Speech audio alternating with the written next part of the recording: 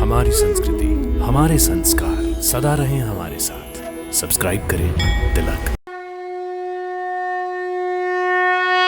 भक्तों नमस्कार, प्रणाम, सादर नमन और अभिनंदन। भक्तों, भगवान श्री कृष्ण का लीला स्थल श्री धाम वृंदावन मंदिरों के लिए सारे विश्व में विख्यात है। यहाँ अनगिनत ऐसे मंदिर हैं जिनका धार्मिक और आध्यात्मिक महत्व तो है ही, उनका ऐतिहासिक और पुरातात्विक महत्व भी है, जो भारत ही नहीं पूरे विश्व के भगवत भक्तों की गहरी आस्था और अगाध श्रद्धा के केंद्र बने हैं, जिनके प्रति भक्तों के मन में धारणा है कि वहां दर्शन पूजन करने से जीवन सफल हो जाता है, जहां पहुंचकर भक्तों की समस्त मनोकामनाएं पूर्णता को प्राप्त करती हैं। ऐसे मंदिरों में सबसे अधिक प्रसिद्ध और लोकप्रिय मंदिर है श्री धाम वृंदावन का बांके बिहारी मंदिर। भक्तों, बांके बिहारी मंदिर परिसर के चारों तरफ भगवान श्री कृष्ण के अलग अलग भाव भंगिमाओं के कई छोटे छोटे मंदिर हैं। इनमें से 2 प्रमुख मंदिर हैं, जिनमें से एक में भगवान कुंज बिहारी जी तथा दूसरे में स्वामी हरिदास जी के विग्रह विराजमान हैं। बांके बिहारी मंदिर परिसर के आसपास जहां कंठी, माला, भगवान के वस्त्रों, आभूषणों, मूर्तियों तथा पूजा सामग्रियों की दुकानें हैं, तो वहीं दूध, दही, लस्सी और छाछ की दुकानें भी हैं। इन सभी दुकानों के पास हर समय ग्राहकों की अच्छी खासी भीड़ देखी जा सकती है।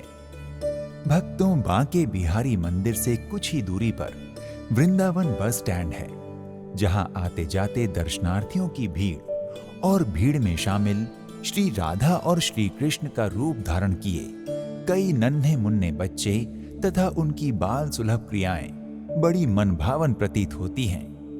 भक्तों, बांके बिहारी मंदिर में विराजमान भगवान बांके बिहारी जी का विग्रह मानव निर्मित नहीं अपितु स्वयं प्रकट है।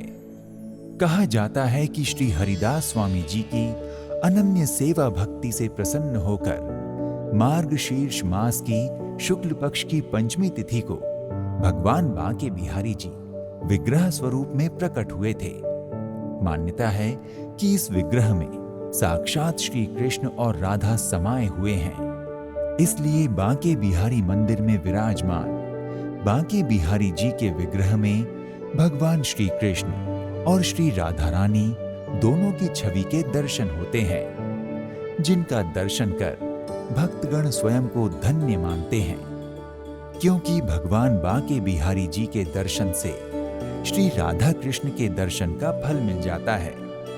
भगवान बांके बिहारी के विग्रह स्वरूप में प्रकट होने की कथा बड़ी ही रोचक है। भक्तों, श्री हरिदास जी श्री कृष्ण के बहुत बड़े भक्त थे। वो हमेशा भगवान कृष्ण की भक्ति में लीन रहते और निधिवन में बैठकर अपने राधा कृष्ण के गानों से भगवान को प्रसन्न करने की कोशिश किया करते। कहा जाता है कि स्वामी हरिदास जी की संगीतमय भक्ति से भगवान अत्यधिक प्रसन्न होते थे।